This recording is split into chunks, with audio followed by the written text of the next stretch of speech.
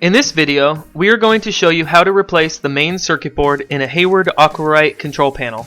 This current board is not defective, but we will be replacing it anyways. The two main symptoms of a defective circuit board are when the power light goes off at any time, or when the display board displays the term PCB. Either of these symptoms commonly means you need a new main circuit board.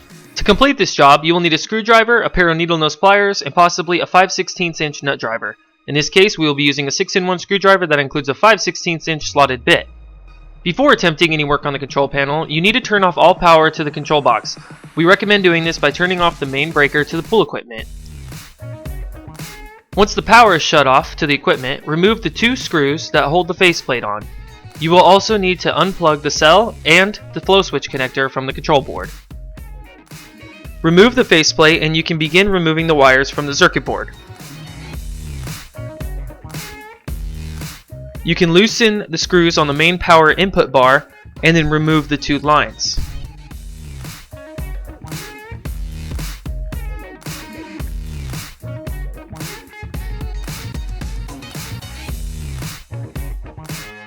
You can then use the needle nose pliers to remove the wires with the spade connectors.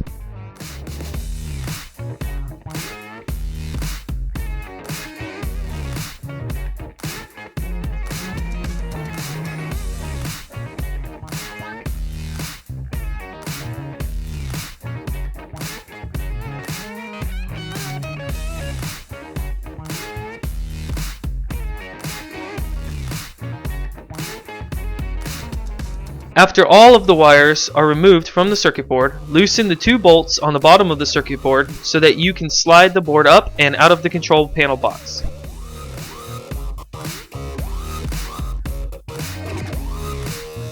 Once the circuit boards are removed from the control box, you will need to remove the plastic pins with the display board connected to them from the back of the main circuit board.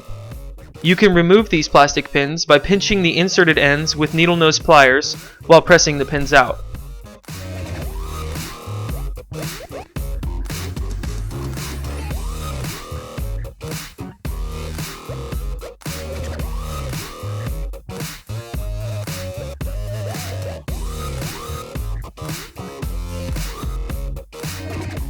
You will also need at least two of the shorter plastic pins to reuse on the top corners on the back of the new main circuit board.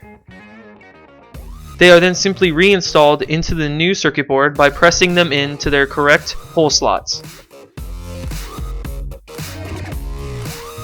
When installing the display board to the new main circuit board, you need to make sure and line up the plastic pins. But more importantly, you need to line up the metal pins from the main circuit board that are carefully inserted into the bar on the display circuit board.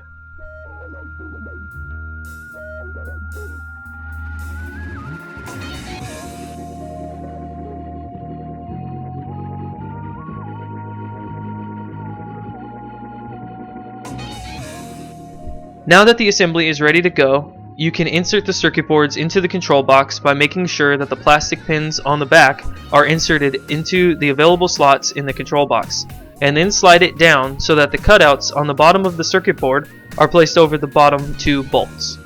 Then tighten the two 5/16 inch bolts to keep the main circuit board securely in place.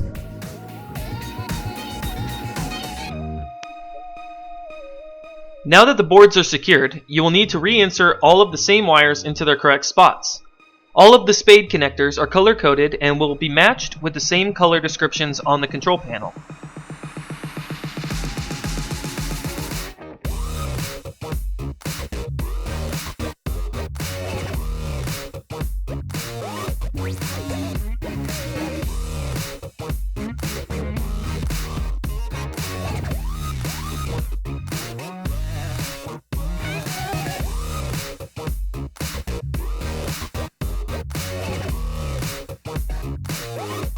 Then you will need to reinsert the two power lines onto the power input bar. Keep in mind that these control panels are defaulted for 220 volt power input. When installing your new main circuit board for a 110 volt system, you can refer to the diagram on the inside of the control box panel door that will explain how to properly install this board for a 110 volt system in detail. You can then reinsert the control panel faceplate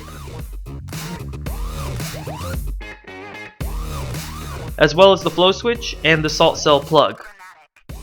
Turn the power back on at the main breaker and your salt system is ready to generate. Thank you for choosing Pool Guy Supply.